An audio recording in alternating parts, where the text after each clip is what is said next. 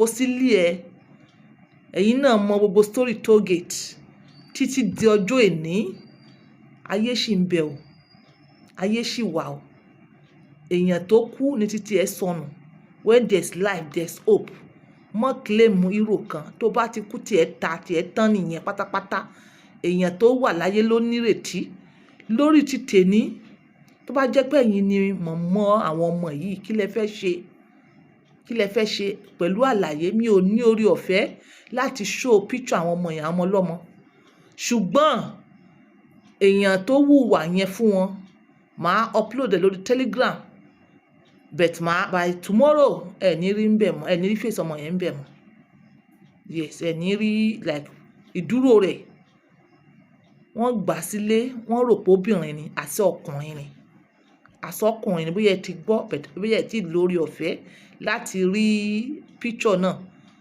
hermaphrodite wọ́n wà ọkùnrin obìnrin tẹ bá rí àwọn míì tí wọ́n sọ pé àwọn fẹ́ cross láti obìnrin dọ́kùnrin àbí láti ọkùnrin dóbìnrin ó ṣeé ṣe pé wọ́n ní problem tàwé wọ́n fẹ́ máa gbégbé ìrọ̀rùn wọ́n fẹ́ continue life wọn so wọ́n need láti wò ó pé èwo ló pọ̀ jù hormones wo ló pọ̀ jù lára wọn ṣé hormones ọkùnrin ni àbí tóbìnrin ìkan tó fà táwọn míì fi change ni èmi wọ́n bẹ̀ wá justify yẹn o a wá sọ̀rọ̀ tó wà nílẹ̀ ni èmi ò sọ àwọn tó ń dress bí obìnrin o mi ò sọ yẹn o àbí àwọn tó ń dress bí ọkùnrin èmi sọ ìkan tó wà nílẹ̀ tó jẹ́ pé a sì ti rí dáadáa obìnrin ni but ó ní tọkùnrin ọkùnrin ni ó ní tóbìnrin ibi tó bá rìn mọ́ ni wàá rí mọ́ wọ́n gbà sílé wọ́n rò pé obìnrin ni torí ó yọyàn díẹ̀ ó dẹ̀ dirun ó dẹ̀ jọbìnrin èmi rí ó jọbìnrin Ọlọ́run bá mi dúpẹ́ fún èèyàn tó ṣí ẹ̀mí náà thank you ó wá mú àwọn ọmọbìnrin èèyàn tó gbà sílé ó bẹ̀rẹ̀ sí ní bá wọn sùn ó ń bá wọn sùn títí tó fi fún àwọn méjì lóyún nínú wọn wọ́n ní ìkan 14 or ìkan 16 yes within 14 15 16 àwọn méjì ló fún wọn tó dẹ̀ ti bá àwọn yòókù sùn náà tó bá jẹ́ pé ìwọ ni kí ló fẹ́ ṣe kí ni obìnrin yẹn fẹ́ ṣe ṣó fẹ́ parẹ́ ẹ̀ ni ṣó fẹ́ blame rẹ̀ ó blame rẹ̀ because ó wò pé òun ò ní àsìkò láti verify dáadáa irú èèyàn tó gbé wálé bìnchìké eléyìí ló tún wá fún wa ní knowledge pé tá a bá ti fẹ́ gba house girl if at all tẹ́ bá need the house girl ẹ check ara wọn ẹ check ó pinnu ẹ lóbìnrin ẹ fọwọ́ tẹ̀ lábẹ́ ẹ fọwọ́ tẹ̀ yes for your securities tó bá ti yẹ pé ọkùnrin ẹ fẹ́ gba ẹ fọwọ́ tẹ̀ ẹ make sure ṣé ìṣe pé bóyá ó ṣe bí ọkùnrin ó fẹ́ fi obìnrin wá jà yín lólè àbí something like that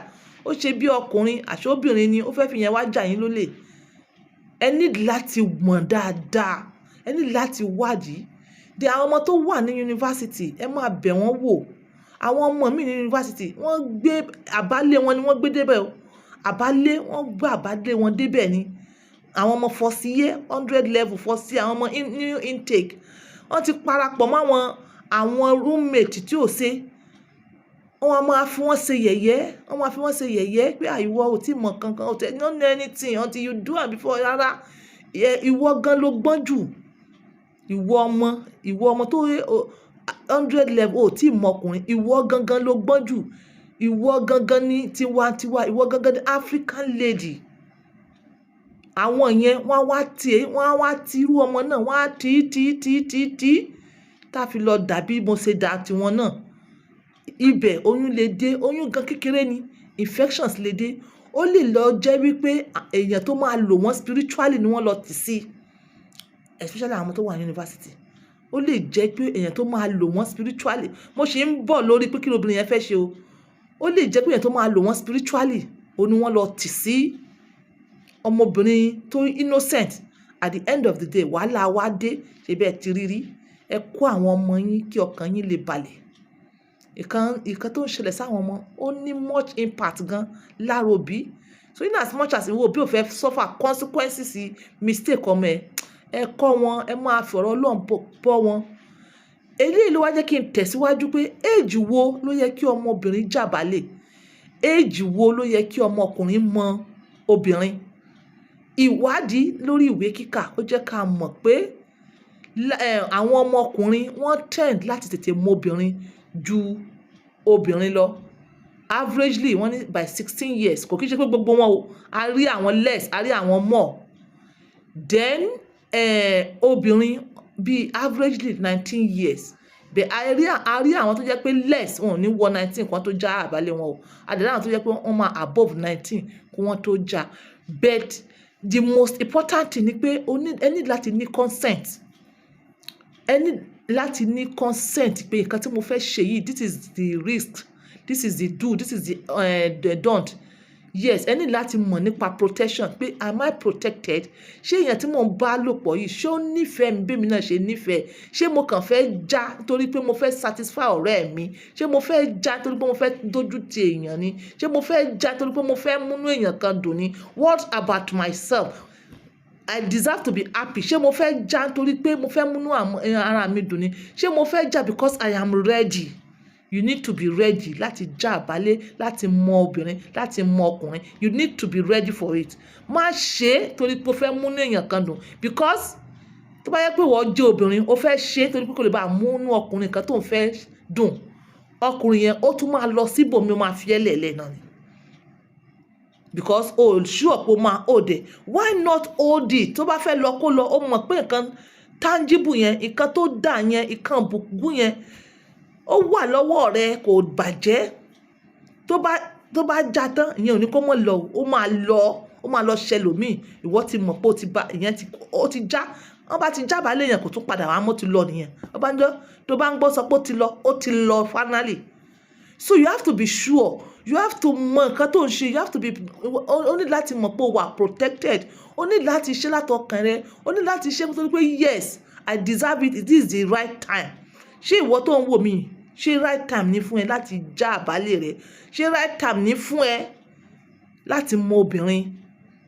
Ẹ̀yin ìyá mi, ẹ gbàgbé ọmọ yín sọ́dọ̀ uncle àti aunties àtàwọn ará àdúgbò àtàwọn ọ̀rẹ́ tó ń molest àwọn ọmọ yín. Ṣé bẹ́ẹ̀ dà? Bẹ́ẹ̀ ò dà. As òbí, responsibility ẹ láti tọ́jú àwọn ọmọ yìí to the end. To the end. Ẹ̀yin tá bá sọ̀rọ̀ protection kó tó di pé èèyàn já àbálẹ̀, ẹ need láti consider pé STDs, HIV/AIDS àtàwọn tó ń lùyàn spiritually, àwọn tó ń lùyàn spiritually, bẹ́ẹ̀ ṣe ń wò mí, ẹgbẹ́ yìí náà mọ̀ pé wọ́n máa ń lo àwọn tó wọ́n ti já àbálẹ̀ wọn, àwọn obìnrin tó mọ ọkùnrin kan máa ń lò wọ́n. Bẹ́ẹ̀ náà ni wọ́n máa ń lo àwọn ọkùnrin tó jẹ́ wípé wọn ò tí ì mọ obìnrin, wọ́n máa ń lò wọ́n. Ẹ̀tọ́ wọn, àtọ̀ wọn, wọ́n máa ń lò, omi ara wọn, wọ́n máa ń lò, ẹ̀tọ́ àwọn ọmọ yìí. So kí ni kóbìnrin yìí wá ṣe? So ideally, before kí tó go there, ideally, say ideally, yes, standard. Wọ́n ní when you are ready, as per obìnrin 25 years, time yẹn ó mọ consequences, ó mọ what she's getting at.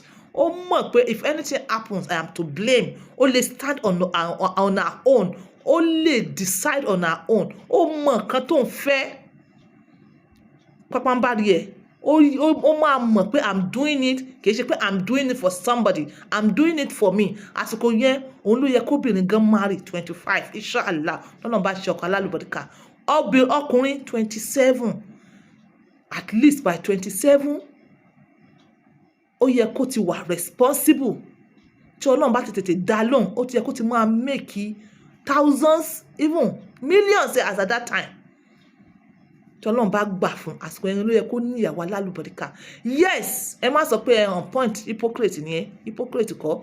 Mo ní ideally, mo mọ̀ pé àwọn kan wọ́n ti ṣe lot of practice. Ṣé ìwọ obìnrin ó fẹ́ kó fara rẹ̀ ṣe practice kó tó di pé wá get to ideal age? Kí wá ní kóbìnrin yìí ṣe? Obìnrin tó jẹ́ wípé ọkùnrin obìnrin yìí tó gbà asgard bí houseboy la fẹ́ sọ, ó ti dú àwọn ọmọ rẹ̀ tán. Ó fún àwọn méjì lóyún, àwọn méjì ló fún lóyún. Kí ni kó ṣe? Tó bá jẹ́ pé ìwọ ni òbí, ṣé wàá ṣẹ́yún fún àwọn ọmọ yẹn ni? Wo age wọn. Ṣé wàá ṣẹ́yún fún wọn ni? Àbí wàá jẹ́ kí wọ́n bí, kí ẹ̀gbọ́n àtàbúrò kí wọ́n bímọ fún houseboy rẹ? The choice is yours. The choice is yours. Bẹ́ẹ̀ tó bá jẹ́ pé mi ni, Ọlọ́run o, mo bẹ̀ lásìkò ìmọ̀ ìjọ ṣẹlẹ̀ sí mi. Tó bá jẹ́ Ọlọ́run mo jẹ́ ṣẹlẹ̀ sí mi, inshallah, astagfirullah astagfirullah astagfirullah. Irú oyún àwọn ọmọ ò lè bírú oyún bẹ́ẹ̀ o, àwọn ọmọ ti kéré jù, àwọn ọmọ yẹn ti kéré jù. Ọmọ kékeré bá bímọ tí pelvic ẹ̀ ò rẹ́dì láti gbóyún, tí womb ò rẹ́dì láti gbóyún, ẹ̀yin náà mọ̀ pé wọ́n ní àrùn tó mọ́ ṣẹlẹ̀ sí wọn. Àrùn tó jẹ́ wípé ìtọ̀ kàn mọ́ dà, vesco àbí kí wọ́n pe orúkọ disease kan, ó ní wọ́n ṣe máa ń pè tó mọ́ ṣẹlẹ̀ sí wọn dáadáa ní north báyìí. Ara wọn ò ní tí ì ṣe dáadáa tí wọ́n ti mọ bímọ, ẹ̀ẹ̀kan ni wọ́n kàn mọ tọ̀ ní uncontrollable, ó ní orúkọ tí wọ́n pè. Ní bá rántí orúkọ yẹn màá fi sí comment box, or kí n hashtag ẹ̀.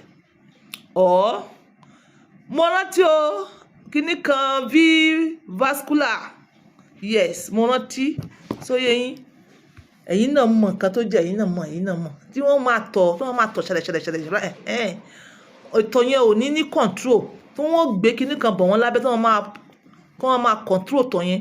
Wọ́n ní láti treat wọn for a very long time, wọ́n dẹ̀ máa wà under therapy nítorí psychological this mental problem.